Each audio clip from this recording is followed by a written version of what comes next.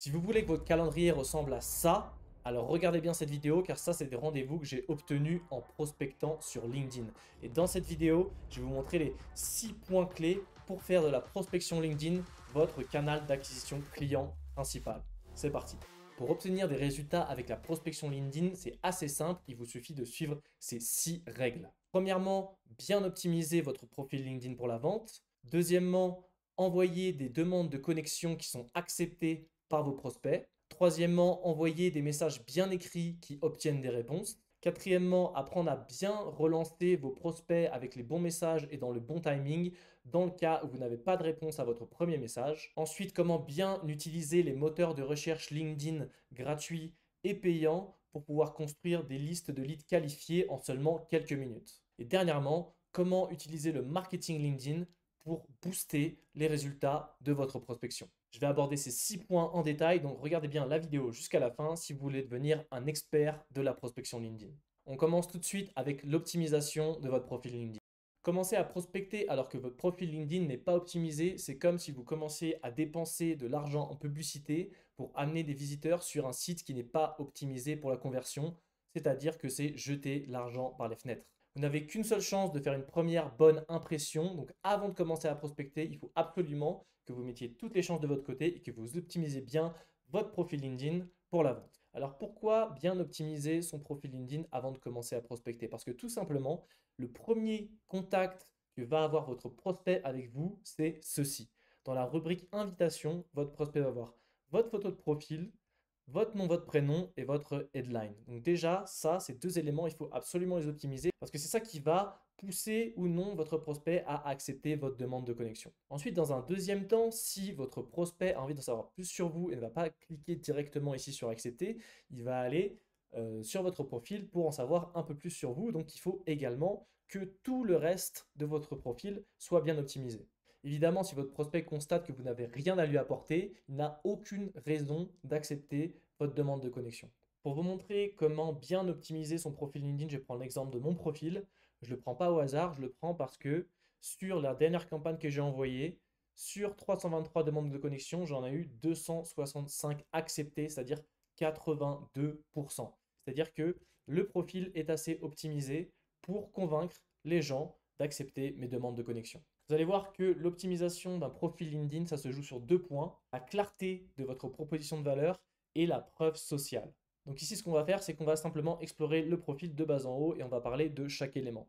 Tout d'abord, la bannière et la photo. Ça, c'est vraiment le premier contact que vous avez avec votre cible. C'est très important dans votre bannière de détailler votre proposition de valeur. Ici, ma proposition de valeur, c'est de transformer les gens en machines à générer des leads. Comme ça, dès la première seconde, la personne qui vient sur le profil sait à quoi s'attendre. Donc pareil pour votre business, essayez de résumer votre proposition de valeur en une seule phrase et mettez-la dans une bannière que vous pouvez customiser avec des outils comme Canva par exemple. Je vous mets le logo qui passe dans la vidéo et aussi le lien dans la description. C'est un outil hyper simple avec des templates qui va vous permettre de créer des bannières LinkedIn en 2 minutes.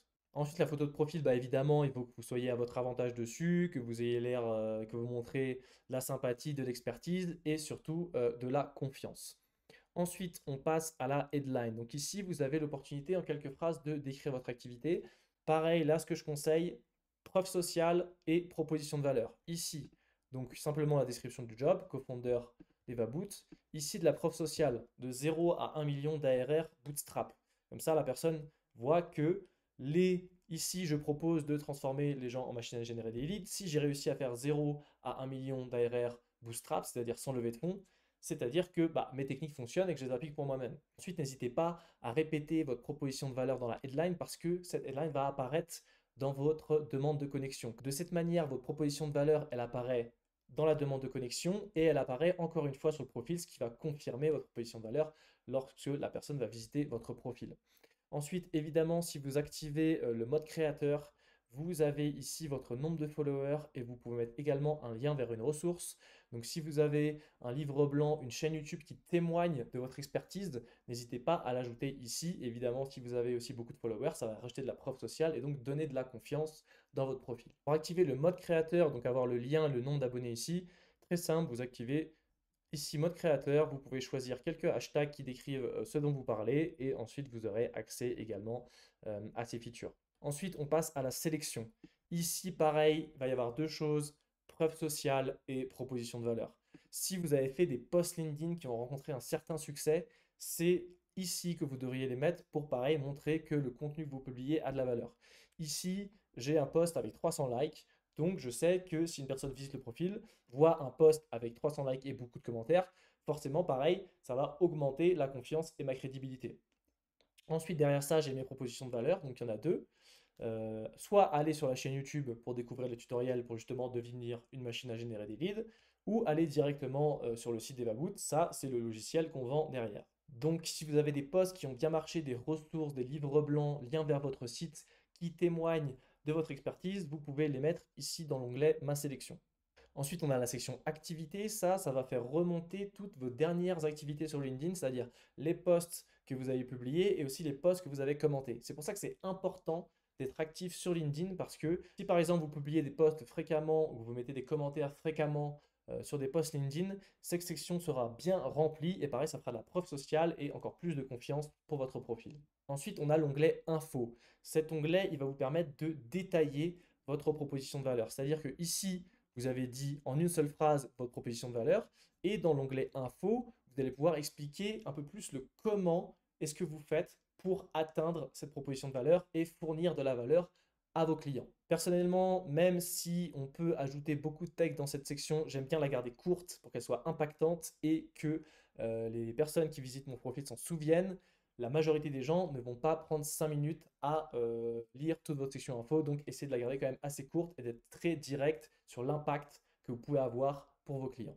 Ensuite, on a la section expérience. Donc ici, pareil, à chaque fois que vous créez une expérience, bien la lier avec la page entreprise pour que le logo de votre entreprise apparaisse sur la gauche, mettre les bonnes dates et également mettre une petite description. Par exemple, si vous étiez dans un job où vous avez atteint des bons résultats, mettez ces résultats, dites j'ai fait grimper le chiffre d'affaires, j'ai fait grimper le trafic du site, j'ai fait grimper le nombre de followers sur notre compte Instagram de temps. N'importe quel achievement que vous avez réussi dans votre boîte, mettez-le parce qu'il faut construire ici de la crédibilité. C'est fait pour ça, donc n'hésitez pas à vous mettre en avant et à mettre en avant ce que vous avez réussi à faire. Pour chaque expérience, vous pouvez mettre aussi certains liens. Donc, vous pouvez mettre le site web des boîtes pour lesquelles vous avez travaillé, pareil, des livres blancs. Donc, si vous avez des ressources qui sont pertinentes, n'hésitez pas à les ajouter comme ceci ici dans Modifier. Vous allez ici et si vous scrollez vers le bas, vous pouvez ajouter des médias comme ceci. Donc, livre blanc, site internet, chaîne YouTube, pareil, tout ce qui monte la crédibilité de votre profil, n'hésitez pas à l'ajouter. Ensuite, l'onglet formation, mettez pareil, liez bien, choisissez bien la bonne école pour que le logo apparaisse sur la gauche. Et si vous avez des réussites particulières dans certains établissements, vous avez terminé premier d'une promo, etc. Pareil, n'hésitez pas à le mettre. Le but, c'est toujours de construire de la preuve sociale et de la crédibilité. Ensuite, on a compétences. Alors ça, je pense que personne se fie à l'onglet compétences pour juger la vraie compétence de quelqu'un sur LinkedIn. Souvent, on est recommandé pour n'importe quoi. Moi, typiquement, je ne maîtrise même pas Photoshop. Je ne sais même pas pourquoi j'ai 40 personnes qui disent que je suis fort en Photoshop. C'est très étrange, mais il y a parfois des automatisations qui se passent sur votre profil, des gens qui recommandent, et ça ne veut strictement rien dire. Donc, passez pas de temps à optimiser ça. Ça vous rapportera pas plus de clients. Ensuite, les langues que vous parlez, ça c'est du détail, mais bien sûr, vous pouvez l'ajouter pour compléter votre profil. Maintenant que vous savez comment bien optimiser votre profil, il est temps de commencer à contacter vos prospects et à leur envoyer des demandes de connexion. Alors au niveau des demandes de connexion, c'est assez contre-intuitif, mais en fait, il vaut mieux ne pas ajouter de notes dans vos demandes de connexion. Il y a Wallaxy qui est un outil de prospection qui a fait une étude et ils ont découvert que le taux d'acceptation moyen d'une demande de connexion sans note était de 44%, alors que le taux d'acceptation moyen d'une demande de connexion avec une note était de 35%, donc quasiment 10% de moins. Alors ça, par quoi ça s'explique? Ça s'explique par le fait que en fait, la majorité des demandes de connexion, elles ressemblent à ça. C'est bonjour, j'aimerais bien faire partie de votre réseau et il y a des fautes d'orthographe à l'intérieur. Donc en fait, quand vous envoyez une demande de connexion, il ne faut pas que ça vous desserve. Parce qu'entre ça, qui est une demande de connexion totalement bateau, et en fait, une demande de connexion simple avec une photo de profil et une headline optimisée, et bien en fait, quand vous ne mettez pas de notes, vous avez un peu le bénéfice du doute. Si la personne est curieuse, elle va accepter votre demande pour savoir ce que vous avez à lui proposer. Alors que si vous faites une demande de ce type, vous envoyez directement un red flag et là, je n'ai pas besoin de vous accepter pour savoir que vous allez m'envoyer un message de prospection non personnalisé. Je fais mieux de vous ignorer directement parce que je sais que vous n'allez pas m'apporter de valeur derrière. Donc la chose à retenir ici, c'est de n'envoyer des notes seulement quand c'est très pertinent, c'est-à-dire que par exemple, vous avez une connexion en commun ou alors vous rebondissez sur un événement d'entreprise, mais si vous n'avez pas de matériel, de ressources pour envoyer une note extrêmement pertinente, il vaut mieux envoyer une note simple et vous aurez plus de chances d'être accepté. Également, si vous envoyez une note, faites en sorte qu'elle soit courte. Walaxy a aussi étudié le taux d'acceptation en fonction de la longueur des notes et vous voyez qu'ici que les notes en dessous de 150 caractères ont un taux d'acceptation moyen de 38%, contrairement aux notes qui font plus de 300 caractères qui ont un taux d'acceptation de 31%. Donc soit pas de note, soit une note pertinente et très courte. On va passer tout de suite à la troisième étape. Maintenant que vos demandes de connexion sans note pour la majorité ont été acceptées par vos prospects, il va falloir leur envoyer un premier message. La première impression compte énormément, donc il va falloir beaucoup travailler sur le copywriting, c'est-à-dire la manière dont vous écrivez vos messages pour être le plus direct et impactant possible. Je vais commencer par vous montrer les 3 erreurs classiques qui sont faites dans les messages de prospection LinkedIn et ensuite je vous donnerai mon template pour assurer à vos messages un taux de réponse entre 20 et 30%. L'erreur numéro 1 qui est faite sur LinkedIn, c'est d'écrire des messages qui sont beaucoup trop longs. Vos prospects, ils sont occupés, ils n'ont pas le temps, ils n'ont pas le temps de lire des pavés. Ici, je regarde ce message, je n'ai même pas envie de le commencer à lire. Il y a des paragraphes, il y a plein de tirets, je vois des noms de technologies, je ne sais même pas de quoi ça parle. Donc évidemment, moi dans ma journée, il faut que j'optimise, j'ai pas beaucoup de temps. Donc si quelqu'un m'envoie un pavé comme ça, c'est-à-dire qu'il n'a pas pris le temps de préciser sa proposition de valeur. Parce que écrire un pavé, ça veut dire quoi? Écrire un pavé, ça veut dire j'ai la flemme de synthétiser ma proposition de valeur en quelques lignes, donc je balance toute la matière, tout ce que j'ai, sans faire l'effort mental et intellectuel de pouvoir servir l'information de manière beaucoup plus consommable. Donc en fait, là, ce que vous dites à votre prospect en envoyant un pavé, c'est j'ai la flemme de synthétiser ma proposition de valeur, j'ai la flemme de préciser, et j'envoie ce pavé à des dizaines de personnes sans le personnaliser. Donc évidemment, vous n'aurez aucune réponse en envoyant des pavés comme ceci. La deuxième erreur qui est faite dans les messages de prospection LinkedIn, c'est de parler uniquement de soi et pas de votre client. Alors ici, j'ai pris un message qui reflète extrêmement bien cela. Bon, déjà, il y a des gros paragraphes comme celui d'avant, on n'a pas du tout envie de le lire, mais chaque paragraphe commence par je. Ici en anglais, I. I am, I have, I'm looking. Donc à aucun moment il y a un vous, à aucun moment ça parle de moi. Là, la personne ne fait que parler d'elle, de son expérience, de ce qu'elle peut faire. Mais en fait, ça ne m'intéresse pas du tout. Vos prospects ne sont pas intéressés par vous, ils sont intéressés par ce que vous pouvez faire pour eux. Donc il faut que votre message soit axé sur votre prospect et non pas vous. Parce que vos prospects ne vont pas prendre le temps de lire un roman sur votre vie, ils n'ont pas le temps, ils veulent savoir très précisément comment vous pouvez améliorer leur quotidien. Troisième erreur, c'est de vouloir vendre et pitcher directement dans le premier message. Le but du premier message, c'est pas de vendre, c'est de créer une relation. Ici, dans ce message, par exemple, c'est en anglais, je vous fais la traduction, c'est j'aimerais bien vous présenter mon business. Ok, très bien, mais moi, quel intérêt j'ai à ça? Pas grand-chose. Et là, directement la proposition de valeur en disant nous fournissons des services web aux services IT. Et en fait, là, je n'ai aucun contexte. Est-ce que la personne a validé que j'avais besoin de ça avant? Pas du tout. Donc là, c'est je te jette ma proposition de valeur à la figure et démerde-toi. N'oubliez pas qu'avant chaque vente, il faut qu'il y ait de la confiance. Pas de vente sans confiance. Donc la première étape dans la prospection, c'est un, créer la confiance. Et une fois que cette confiance est établie, vous pouvez commencer à parler vente. Mais je ne vais pas acheter des services à des inconnus. Donc commencez par construire une crédibilité, construire de la confiance. Et sur ce terreau-là, sur ce terreau solide, vous pourrez ensuite commencer à parler vente de votre produit ou de votre service si jamais cela résout un problème très concret chez votre client. Maintenant, je vais vous montrer un bon exemple de message de prospection que j'ai reçu. Ici, le message ne parle que de mon entreprise et de créer une relation, donc c'est très bien. Ici, voilà, déjà le premier mot du message, c'est le nom de mon entreprise. Donc évidemment, je suis intéressé. Et là, j'ai voilà, un compliment sur l'outil. EvaBoot a l'air d'être un outil super pour des personnes comme moi qui travaillent dans des fonctions commerciales. je connecte avec vous pour pouvoir échanger des bonnes pratiques sur le SaaS, etc. Donc ça, typiquement, il y a eu un travail de renseignement qui a été fait et il y a la volonté de ne pas vendre tout de suite, mais simplement de créer un dialogue parce qu'on a un intérêt en commun. Et même si je sais pertinemment que derrière il y a quelque chose à vendre, et bien cette personne, elle a fait un effort, donc je récompense son effort en acceptant sa demande de connexion. Et pareil, derrière, vous voyez qu'il y a toujours cet esprit. Là, la personne me relance en disant: Hello JB, j'ai vu que tu avais fait un post LinkedIn sur tel sujet. Donc là, pareil, il y a eu une phase de renseignement et la personne a rebondi sur une information parce qu'elle s'est renseignée sur moi. Donc là, pareil, c'est un geste qui est appréciable. Donc derrière, j'ai répondu. En plus de ça, n'oubliez pas que la fonction première de la prospection, c'est pas de vendre, c'est de qualifier. Parce que est-ce que vous-même, vous avez envie de passer des heures dans des meetings avec des gens qui ne sont pas du tout de bons clients potentiels? Si vous demandez à des gens comme ça au hasard en balançant des messages en masse de prendre des rendez-vous avec vous, vous allez vous retrouver à faire des journées de rendez-vous avec des gens qui ne sont pas du tout qualifiés.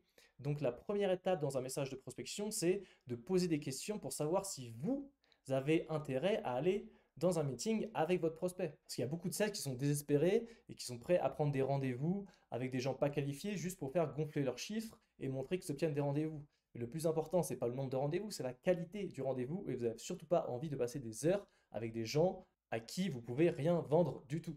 Et justement, pour être sûr d'obtenir des réponses et éviter d'aller en rendez-vous avec des personnes qui ne sont pas qualifiées, j'ai développé un template que vous pouvez utiliser pour vos messages qui s'appelle le template RABT. Alors dans l'ordre, c'est R pour Reason for Outreach. En français, c'est tout simplement la raison du contact. Vous allez commencer à écrire le message par disant simplement pourquoi je vous contacte, sur quelle information j'ai rebondi pour trouver pertinent le fait de vous contacter parce que là, en fait, la première phrase de votre message, c'est un peu comme le trailer du film.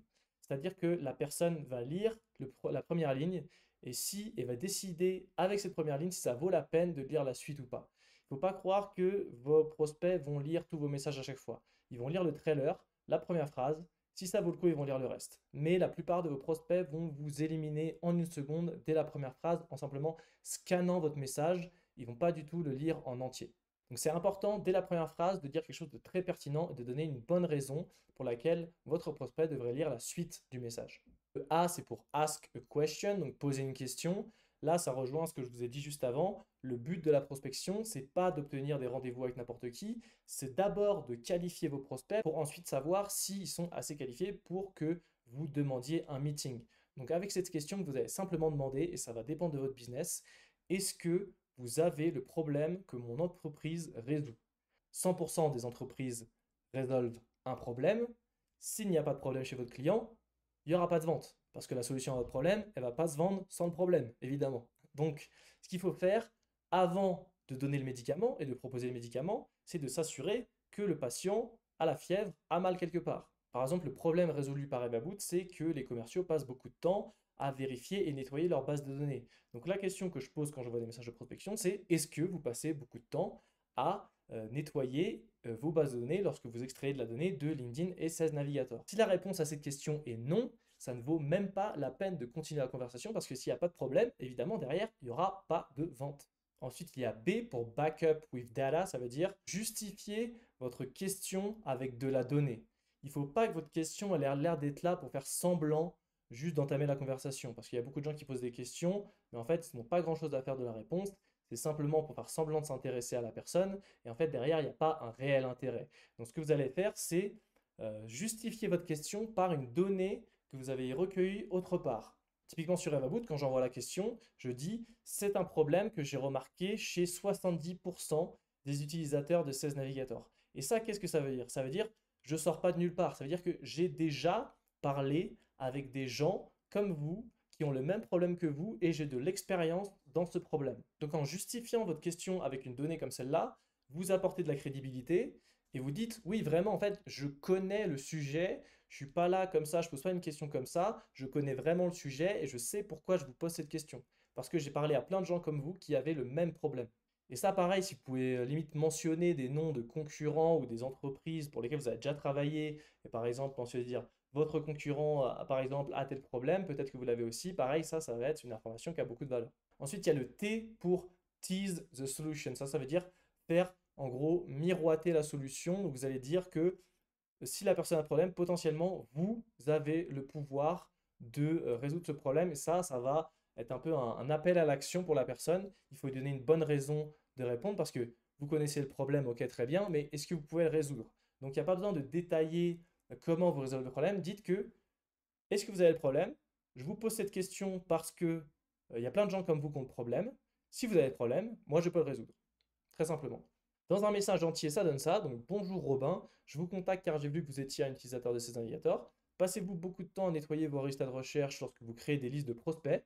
C'est un problème que j'ai repéré chez 70% des utilisateurs avec qui j'ai déjà échangé. Si c'est aussi votre cas, j'ai une solution au problème. Très simple, très clair. La réponse c'est oui ou non. Ça qualifie le prospect et ce message, il a environ 28% de réponse. Évidemment, même si vous utilisez cette formule qui marche très bien, il y a une grande majorité de vos prospects qui ne vont pas répondre au premier message. Il va donc falloir les relancer. Et pour ça, pareil, il y a quelques règles à respecter. Je vais vous les montrer. D'abord, je vais vous montrer des exemples de ce qu'il ne faut pas faire et ensuite, je vais vous montrer les techniques à utiliser pour augmenter le taux de réponse de vos relances. Donc, l'erreur numéro 1 qui est faite sur les relances, c'est simplement de dire est-ce que vous avez vu mon message? Bien sûr. Votre prospect lise votre message. S'ils n'ont pas répondu, c'est que votre message n'était pas assez intéressant. Généralement, quand les personnes lisent quelque chose d'intéressant, ils répondent tout de suite. Donc, typiquement, un message comme celui-ci, c'est en anglais, je vous fais la traduction. Déjà, bonjour, je m'excuse. Déjà, les gens qui ont de la valeur à vous apporter, ils ne s'excusent pas. Parce qu'ils savent qu'ils ont de la valeur à vous apporter. Et quand vous apportez de la valeur à quelqu'un, vous n'avez pas besoin de vous excuser. Parce que vous connaissez votre valeur. Les gens qui s'excusent, c'est des gens qui savent qui vous dérangent. Donc, vous excusez pas votre prospect. J'ai pas du tout envie de lire un message qui commence par je m'excuse déjà pour le message horrible que je vais vous envoyer. Évidemment, ça va pas marcher du tout. Je me demandais si vous aviez eu l'occasion de lire mon message. Effectivement, si le message était pertinent, j'aurais répondu. Donc là, ici, ça sert à rien juste de dire est-ce que vous avez lu mon message? Est-ce que vous avez lu mon message? Est-ce que vous avez lu mon message? Là, je me demandais est-ce que vous avez lu mon message? Évidemment que votre prospect lise votre message. Si vous voulez avoir des réponses, il va falloir apporter de nouveaux arguments sur la table. Parce que là, ici, entre ce message et ces deux-là, il n'y a absolument aucun détail qui a été apporté. Il n'y a pas une autre proposition de valeur, un autre angle sur la proposition de valeur. Il n'y a pas de nouveaux éléments qui ont été apportés. C'est simplement des tapes sur l'épaule en disant réponds-moi, réponds-moi, réponds-moi. Et ça, c'est sûr que ça ne va pas marcher. Donc, il y a deux règles à suivre si vous ne voulez pas ressembler à la personne d'avant et vraiment obtenir des messages à vos relances. C'est premièrement de toujours apporter de la valeur ou de changer l'angle de votre proposition de valeur dans vos relances. Et deuxièmement, c'est d'essayer, pourquoi pas, de changer de moyens de communication, donc de passer de LinkedIn à l'email, de l'email à LinkedIn, d'utiliser Twitter, d'utiliser par exemple le numéro de téléphone pour appeler directement la personne. Donc soit changer d'angle sur la proposition, soit changer de canal de communication. Donc la première technique, c'est de changer l'angle de vos messages. Ici, typiquement, j'envoie un message à quelqu'un pour lui demander comment s'est passée son expérience sur EvaBoot. Est-ce qu'elle a eu un problème parce qu'elle n'a pas lancé de première extraction? Ensuite, je vois que je n'ai pas de réponse à mon message. Donc, je sais qu'il n'y a pas eu le désir de répondre, il n'y a pas eu l'envie de communiquer. Donc, je ne vais pas faire semblant d'avoir vu. Je fais OK, j'ai compris que tu ne voulais pas me parler. Donc, dans le deuxième message, je dis si tu ne veux pas démarrer une conversation avec moi, mais tu penses qu'il y a un problème dans le produit, eh ben, tu peux l'ajouter sans me parler directement à la roadmap et faire ton feedback. Et là, la personne me répond un simple OK, mais j'ai eu une réponse. C'est-à-dire que quand une personne ne vous répond pas, il faut intégrer le fait qu'elle ne vous a pas répondu dans votre prochain message. Il ne faut pas faire semblant de ne pas avoir entendu. Si votre premier message n'a pas de réponse, c'est que votre message n'a pas été assez intéressant. Donc il faut prendre ça en compte et changer d'angle. Il est vrai qu'il y a une part de gens qui ont juste pas le temps de répondre, mais quand même pour ces gens-là, ça vaut le coup de changer l'angle parce qu'ils auront encore plus de matière pour vous répondre. Et honnêtement, les gens qui répondent parce qu'ils n'ont pas le temps, je pense que c'est 20%. Et les gens qui répondent juste parce que c'est pas intéressant, c'est la grande majorité. Autre bon exemple ici, c'est à la fois d'utiliser l'humour et d'ajouter de la valeur. Là, typiquement en anglais, je fais la traduction, c'est je suis de retour dans votre inbox. S'il vous plaît, commencez pas à faire payer un loyer. Donc, petite touche d'humour et de rebondir sur le fait que, ok, mon premier message, je ne vous a pas intéressé, mais je reviens quand même avec un peu de second degré. Et ensuite, derrière, j'ajoute de la valeur en disant j'ai enregistré une vidéo qui montre comment on a créé de la valeur pour des entreprises qui vous ressemblent. Et là, il y a des noms qui sont mentionnés. Et ensuite, il y a un lien de la vidéo. Donc là, il y a la preuve sociale. avec le nom des agences pour lesquelles ils ont travaillé et aussi un peu plus d'explications avec des vidéos. Donc ça, c'est vraiment un très bon exemple de follow-up. Au niveau du nombre de follow-up, c'est important d'envoyer minimum 3-4 follow-up. Pareil, il y a une étude qui a été faite par Wallaxy sur le taux de réponse après les follow-up. Donc la colonne qui va être intéressante ici, c'est la colonne réponse supplémentaire à droite. Vous voyez qu'après un deuxième message, le taux de réponse augmente de 27 et ensuite ça descend un peu plus, 7, 2, 0,71. Mais vous voyez qu'après plus de 5 messages, il y a quasiment tout le monde qui a répondu. Attention, ça, c'est une étude qui a été faite sur les messages LinkedIn et pas les emails. Le conseil à retenir ici, c'est d'envoyer minimum 3-4 follow-up avant d'abandonner un prospect. La deuxième technique super efficace sur les follow-up, ça va être de changer de canal de communication.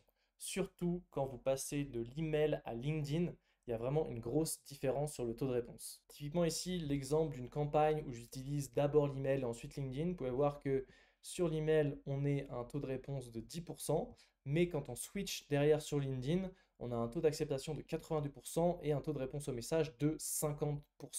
Donc passer de l'email à LinkedIn, c'est vraiment très efficace. Je vais vous montrer un exemple concret tout de suite d'un message. Regardez, ici, je dis donc « Hey, j'ai voulu vous contacter pour parler d'EvaBoot par email. Est-ce que tout s'est bien passé dans votre première expérience ?» Et là, la personne me répond « Hello JB, désolé, j'ai cru que cet email était automatisé, mais tout s'est très bien passé. » En fait, là, dans cette séquence, j'ai utilisé un outil qui a automatisé l'envoi d'email et le passage sur LinkedIn. Vous voyez que le fait que je change de canal a fait croire à la personne que l'email venait le message LinkedIn venait d'un humain et pas d'un outil d'automatisation. En fait, ce message aussi, là, il est automatisé, mais grâce à ça, j'ai pu obtenir une réponse. Évidemment, là, c'est automatisé, mais ce process, il marche également à la main. Si vous envoyez vos premiers emails à la main et ensuite vous passez sur LinkedIn à la main, sans utiliser d'outils de prospection automatisés, il va y avoir exactement le même effet. Simplement que l'automatisation va vous permettre de scaler cette pratique sur plus de personnes et de gagner du temps. Pareil, ici, j'ai une combinaison des deux techniques. Donc d'abord, je change de canal ici. J'ai essayé de vous contacter par email, ça n'a pas marché. Ensuite, pas de réponse au premier message. Je relance en apportant de la valeur et en envoyant un tutoriel CSS Navigator. Et derrière, j'ai une réponse. Donc ici, j'ai utilisé les deux techniques en même temps.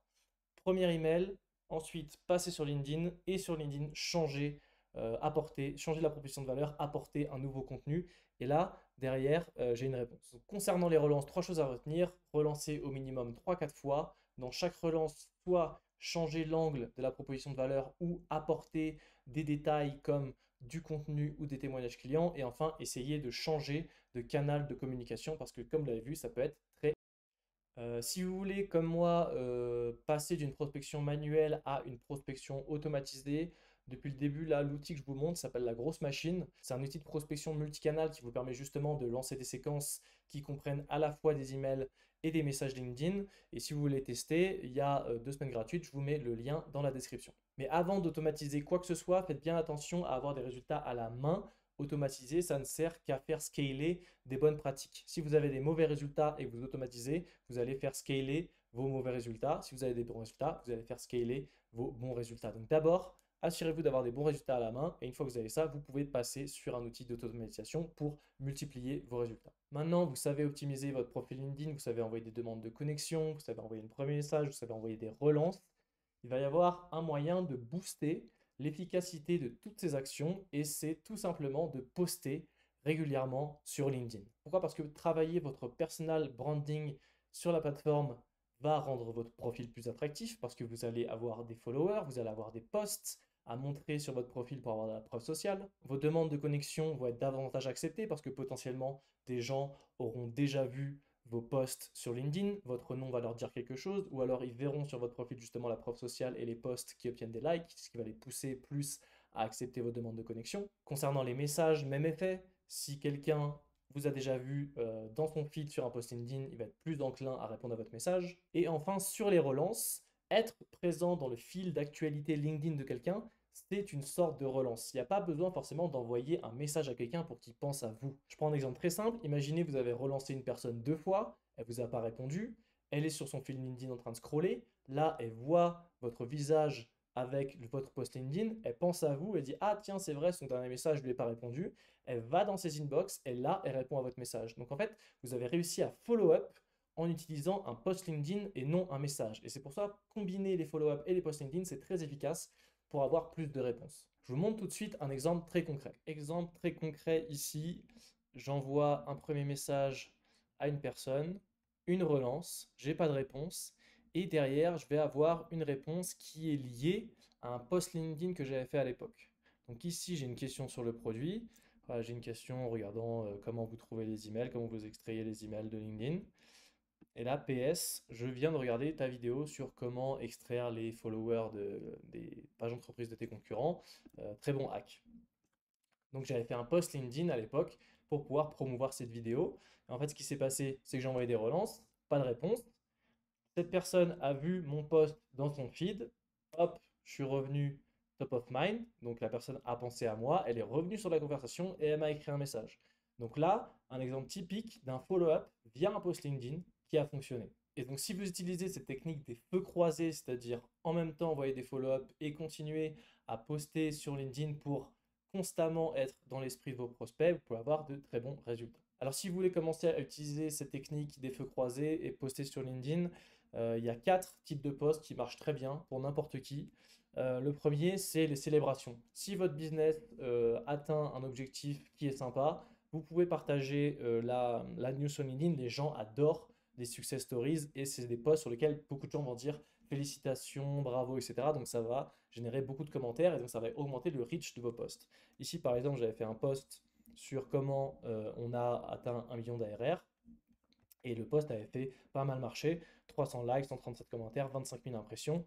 Donc ce genre de post marche très très bien. J'en avais fait d'autres par le passé. Je disais voilà, on a atteint tel objectif. Et à chaque fois, c'est la même chose. Il y a beaucoup de félicitations, beaucoup de commentaires, ce qui fait que le post a pas mal de reach. La deuxième technique, ça va être de proposer un contenu en échange de commentaires. C'est quelque chose qu'on avait fait premier post quand on a lancé EvaBoots, c'est de dire d'écrire le problème, de dire on a la solution, si vous êtes intéressé, mettez un commentaire pour faire un call avec nous.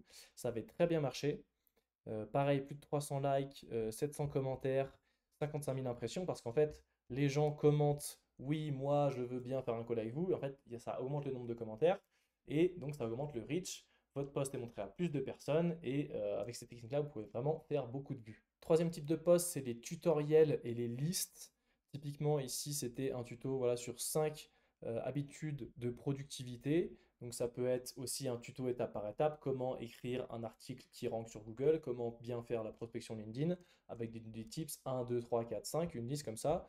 Et généralement, les gens aiment bien les contenus très actionnables. Donc là, pareil, ça a fait plus d'une centaine de likes et plus de 16 000 impressions. Quatrième type de contenu, ça peut être de partager une opinion ou de raconter une histoire. Si c'est une opinion, essayez de faire quelque chose qui peut diviser. Là, typiquement, j'avais dit que les meilleurs logiciels B2B ne faisaient pas de démo. Donc, ce qui peut être une idée qui peut diviser, créer du débat dans les commentaires. Je vous partage ces contenus parce qu'ils sont très simples pour commencer, même si vous êtes tout juste au début d'une aventure entrepreneuriale, par exemple.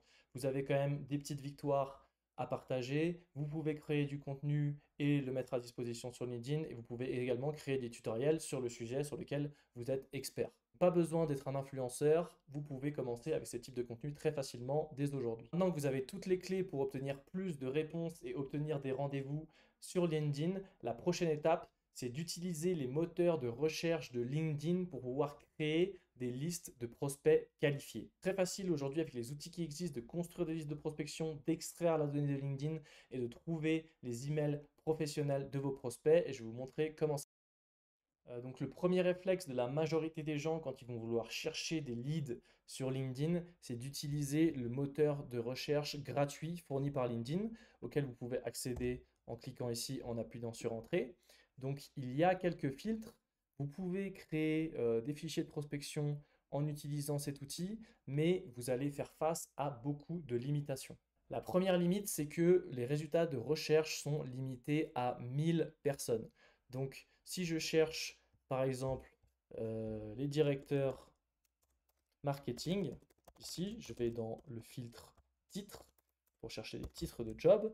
Même si j'ai beaucoup de résultats, ici j'en ai 17 000, en fait, il y a 10 résultats par page et je peux accéder maximum à 100 pages. Donc, 1000 résultats. La deuxième limitation, c'est que vous n'allez pas pouvoir utiliser pleinement la recherche booléenne. La recherche booléenne, je vous mets le lien vers un tutoriel juste en haut. C'est une technique qui va vous permettre de faire des listes de prospects beaucoup plus précises et beaucoup plus qualifiées. Et là, ici, je vais tenter d'utiliser la recherche booléenne avec une expression dans le champ titre. Et vous allez voir que le moteur de recherche gratuit LinkedIn ne va pas l'accepter. Ici, ils disent aucun résultat, mais en fait, c'est faux. C'est simplement que la recherche gratuite ne vous permet pas de faire ça. Vous allez simplement pouvoir utiliser sur le moteur de recherche premium qui est 16 Navigator. La troisième limitation, ça va être la limite d'utilisation commerciale imposée par LinkedIn. En fait, ce moteur de recherche, il est mis à disposition gratuitement par LinkedIn, mais il ne va pas vous permettre d'avoir une activité commerciale ou de recrutement intense. En fait, si LinkedIn détecte que vous utilisez intensément son moteur de recherche gratuit, que vous faites des recherches tous les jours avec beaucoup de personnes, et bien en fait, ils vont vous bloquer. Au bout d'un moment, vous allez voir ce pop-up et vous ne pourrez plus faire de recherche pendant un mois. Et la quatrième limitation concernant le moteur de recherche gratuit LinkedIn, c'est l'extraction de données. En fait, LinkedIn ne permet pas d'exporter la donnée de vos recherches dans un fichier Excel. En fait, la majorité du temps, quand on fait des recherches LinkedIn, on fait une recherche et ensuite on utilise des outils d'extraction de données pour récupérer la donnée dans un fichier Excel et ensuite l'utiliser ce fichier Excel pour pouvoir prospecter à la main ou alors mettre ce fichier dans un outil de prospection automatisé pour envoyer des messages automatiquement. Le truc, c'est qu'avec le moteur de recherche gratuit LinkedIn, vous pouvez seulement extraire entre 80 et 100 profils par jour. Donc typiquement, si vous avez une recherche de 1000 personnes, ça va mettre 10 jours à extraire, donc c'est beaucoup trop long. Si vous voulez vraiment prospecter sur LinkedIn de manière efficace et faire de la prospection LinkedIn votre canal d'acquisition principal, il faut absolument que vous preniez LinkedIn 16 Navigator, qui est en fait le moteur de recherche premium offert par LinkedIn et qui vous permet d'avoir beaucoup plus de fonctionnalités pour construire des listes de leads vraiment qualifiées. Donc là, ce que vous pouvez voir, c'est LinkedIn 16 Navigator et LinkedIn 16 Navigator va régler absolument tous les problèmes que j'ai mentionnés avant. C'est-à-dire que au lieu d'avoir seulement accès aux 1000 premiers résultats de recherche, vous allez avoir accès à 2500 résultats, donc plus du double. Ensuite, pas de limite concernant la recherche booléenne avec 16 Navigator. Je vais copier-coller ici dans le filtre titre exactement la même chose que j'ai mis dans le moteur de recherche gratuit. Vous allez voir que cette fois, 16 Navigator va accepter la requête et me donner des résultats. Concernant la limite commerciale, pareil, vous ne serez pas bridé par LinkedIn. Vous pouvez faire un nombre illimité de recherches tous les mois. Jamais vous n'aurez un pop-up qui vous empêchera de faire plus de recherches. Et ensuite, au niveau du scrapping, étant donné que vous payez, LinkedIn va vous autoriser un peu plus à extraire la donnée. Typiquement, si vous utilisez EvaBoot pour extraire vos résultats de recherche, comme ceci. Donc si vous avez l'extension Chrome, je vous mets le lien dans la description, je vous montre rapidement comment ça marche. Donc en fait, vous cliquez ici. Là, typiquement, j'ai plus de 2500 résultats dans ma recherche. Donc EvaBoot va me demander est-ce que je veux extraire les 2500 premiers parce qu'en fait, je n'ai pas accès aux autres. Je vais juste cliquer ici. Et ensuite, j'aurai juste à nommer ma recherche ici, la lancer. EvaBoot va tout récupérer dans un fichier Excel. Donc la donnée du lead, nom, prénom, nombre de connexions, titre du job, description du job, etc. Mais aussi toute la donnée entreprise. Donc nombre d'employés, le nom de la boîte, le nom de domaine, le site web.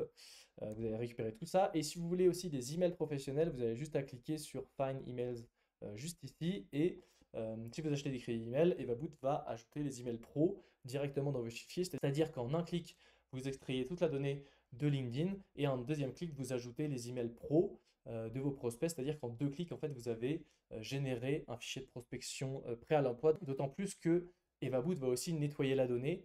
Donc typiquement, tout ce qui est emoji dans les prénoms, les typos, les majuscules, etc. On va nettoyer tout ça automatiquement pour que vous ayez de la donnée propre pour votre prospection. Si vous voulez faire un test, il y a 1000 crédits d'extraction offerts avec la création d'un compte. Je vous laisse le lien dans la description. Et également, gros bonus qui n'est pas connu de tout le monde, c'est qu'en fait, quand vous avez un compte LinkedIn Sales Navigator, LinkedIn va également être beaucoup plus clément sur les automatisations. C'est-à-dire que si vous utilisez un outil de prospection automatisé, mais que vous payez 16 Navigator, vous allez pouvoir envoyer plus de demandes de connexion de manière automatisée, plus de messages de manière automatisée. LinkedIn va un peu plus vous laisser tranquille, alors que si vous ne payez pas et que vous automatisez, LinkedIn va beaucoup plus rapidement mettre des restrictions sur votre compte, vous demander de vérifier votre identité ou carrément bannir votre compte. Donc acheter 16 Navigator, c'est aussi une sécurité pour votre compte LinkedIn si vous utilisez des outils de prospection automatisés. J'ai fait une expérience très concrète en automatisant 2 comptes, un avec Sales Navigator, un sans Sales Navigator. Et effectivement, on a monté en charge les 2 comptes pour faire cette expérience et le compte sans Sales Navigator s'est fait bannir, alors que le compte avec Sales Navigator, il n'y a eu absolument aucun effet là-dessus. Donc vraiment, quand vous payez, LinkedIn vous laisse un peu plus tranquille. Vous avez déjà appris pas mal de choses dans cette vidéo, mais la prochaine étape pour vous, si vous voulez vraiment devenir un expert de la prospection LinkedIn et obtenir des résultats, c'est vraiment maîtriser LinkedIn Sales Navigator et toutes ses features. Pour ça, je vous ai fait un tutoriel complet auquel vous pouvez accéder en cliquant juste ici. Si vous avez des questions sur ce que je viens de dire, vous pouvez laisser des commentaires juste en dessous et je vous vois tout de suite dans la prochaine vidéo.